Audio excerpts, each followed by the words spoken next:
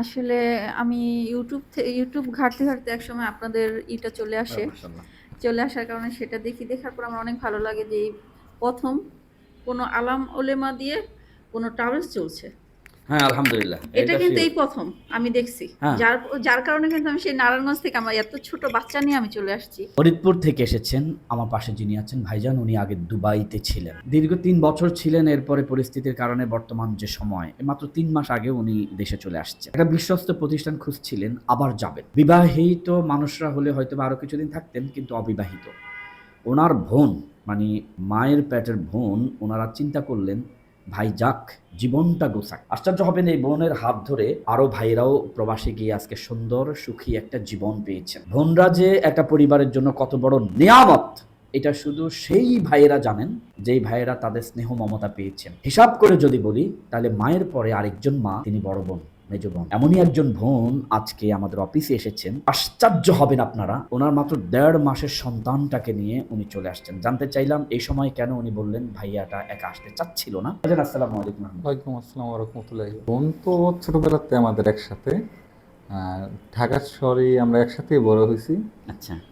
আর ওনার চিন্তা ভাবনাই এরকম ছিল যে মাশাআল্লাহ। যে সব ভাইরে মানে কিছু না কিছু করে যেন ওরা যেন না বলতে পারে যে আমাদের জন্য তো আপনি কিছু করেন নাই। আমরা যেটুকু না বুঝি ছেলে হিসেবে, উনি আমাদের ডাবলের ডাবল বুঝে। মাশাআল্লাহ, উনি জ্ঞানী। এই জন্যই মানে আমরা ৩টা ভাই 2টা ভাই যাই আছে কি এক রাষ্ট্রে থেকে 4.5 বছর পরে আসলাম।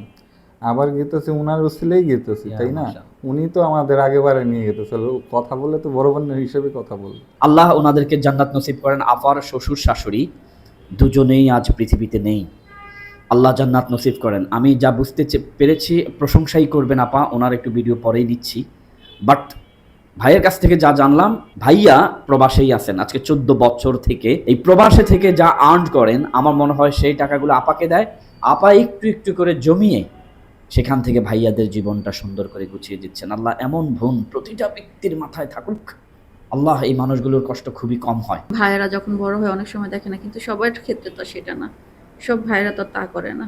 আমাদের এখানে গত পরশুদিনই এক ভদ্রলোক এসেছিল। বোনের সম্পত্তি ভাইদের বাড়িতে আছে, মানে আপনাদের বাড়িতে সম্পত্তি থাকে না বোনের, বোনের সম্পত্তি দেয় নাই, এই জন্য এখন বোনকে মেরে ফেলার জন্য হুমকি দিচ্ছে সম্পত্তির জন্য। না ভাই, আমাদের যা আছে আমাদের বোনের কাছে আছে। আর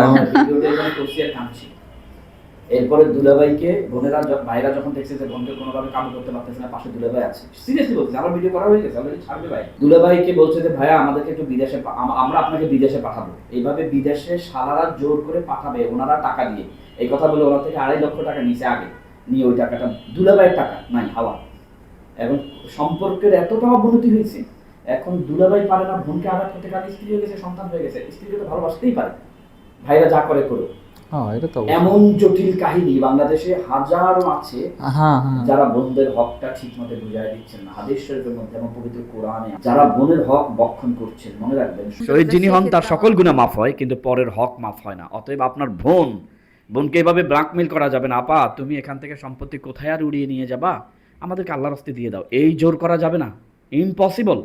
এবং বোনদেরকে এটা বলা যাবে না যে তুমি দুলাভাইকে দিয়ে পোলাপানকে দিয়ে আমাদেরকে দিয়ে দাও, আমরা তোমাকে খাওয়াবো পড়াবো, আপনি না খাওয়াইলেও তার জন্য আল্লাহ রয়েছেন। ওনার হক পরিপূর্ণ কোনো ভাই যদি এই ভিডিওটি এই মুহূর্তে যারা দেখছেন, প্লিজ, যদি বোনের হক যদি ঠিক মতে, বোন হোক, কাজের লোক হোক, আপনার পরিশ্রমী হোক, যিনি আপনার প্রতিনিধিত্ব করেন, কাজ করেন, তাদের যে কারো হক যদি বুঝিয়ে না দেন, মনে রাখবেন আল্লাহ রাসূল বলেছেন পরিশ্রম করার পর ঘাম শুকিয়ে যাওয়ার পূর্বেই তার বেতনটা বুঝিয়ে দাও। যদি এর ব্যতিক্রম ঘটে, তবে আপনি যত ইবাদত করেন, মনে রাখবেন আপনি যদি হজও করেন, হ্যাঁ সিরিয়াসলি বলছি, আপনি যদি হজও করেন অন্যের হক মেরে, আল্লাহ ভালো জানেন আপনার কোনো ইবাদতে গ্রহণযোগ্য হবে না যদি আপনি অন্যের হক আর হারাম বক্ষণ করেন।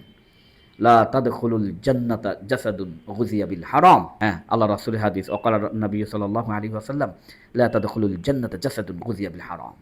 হারাম বক্ষণকারীর শরীর জান্নাতে প্রবেশ করবে না, অকামা ক্বালা আলাইহিস সালাতু ওয়াসসালাম। হ্যাঁ, আমার শ্বশুর দেখিনি, শাশুড়ি দেখছি, যথেষ্ট পরিমাণ ভালো ছিলেন। উনি গত 4 বছর পরে চলে গেছেন। আলহামদুলিল্লাহ উনি খুব ভালো ছিলেন। আর বিশেষ করে আমার হাসব্যান্ড খুবই ভালো। আলহামদুলিল্লাহ। সে আমার ভাইদেরকে নিজের ভাইয়ের মতোই করে রাখে, বা ওদের বিষয়গুলো খুব মনোযোগ সহকারে শুনে। ভিডিওর আরেকটা রিজন পেয়ে গেছি। হাদিসের মধ্যে আসছেন, কোন ব্যক্তি ভালো কিনা তার একমাত্র সাক্ষী তার স্ত্রী।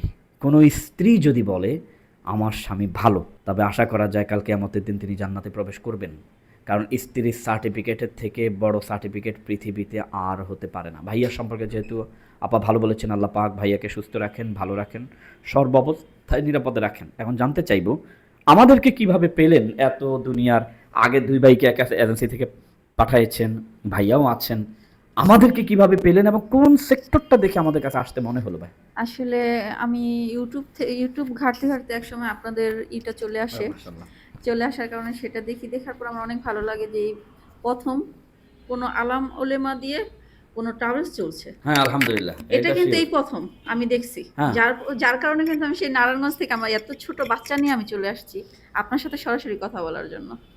আলহামদুলিল্লাহ, আমরাও আপনাকে অন ক্যামেরায় বলছি, হাবিব ট্রাভেলস 100% আলেমদের দ্বারা পরিচালিত হয়। এখানে অন্য কারোর ছেটা ছোঁয়াপোটা নাই। এবং এখানে আজকের দিন পর্যন্ত যে যাই বলেন, অগ্রিম কোনো টাকা নেওয়া হয় না। ভিসাটা আগে দেখবে, চেক করবে। মানুষ টেনশনে থাকে, কোথায় গেলাম, তাকে আমি চিনি না, সে যদি ভিসার টাকাটা একটু বেশি টাকা হয়, মানে 1 লাখ 2 লাখ টাকা অগ্রিম নেয়, এভাবে 100 জন লোক থেকে নিয়ে হাওয়া বন্ধ করে দিয়ে অফিস চলে যায়। মামলা হামলা যাই করেন না কেন, যার যাওয়া সে তো ধ্বংস হয়েই গেল।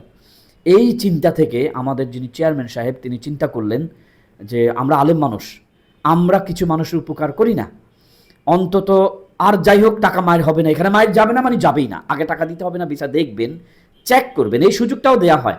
আপনি বিদেশে পাঠান, ওনাদেরকে বলেন চেক করতে, চেক করে যদি মনোপুত হয় তবে ইনশাল্লাহ আমাদেরকে টাকাটা দিবেন। এত বড় রিস্ক আমরা নিই। আপনারা জানেন যারা সৌদিতে কাজ করেন, সৌদি ভিসা হয়ে যাওয়ার পর সেই ভিসা কিন্তু আর চেঞ্জ হয় না।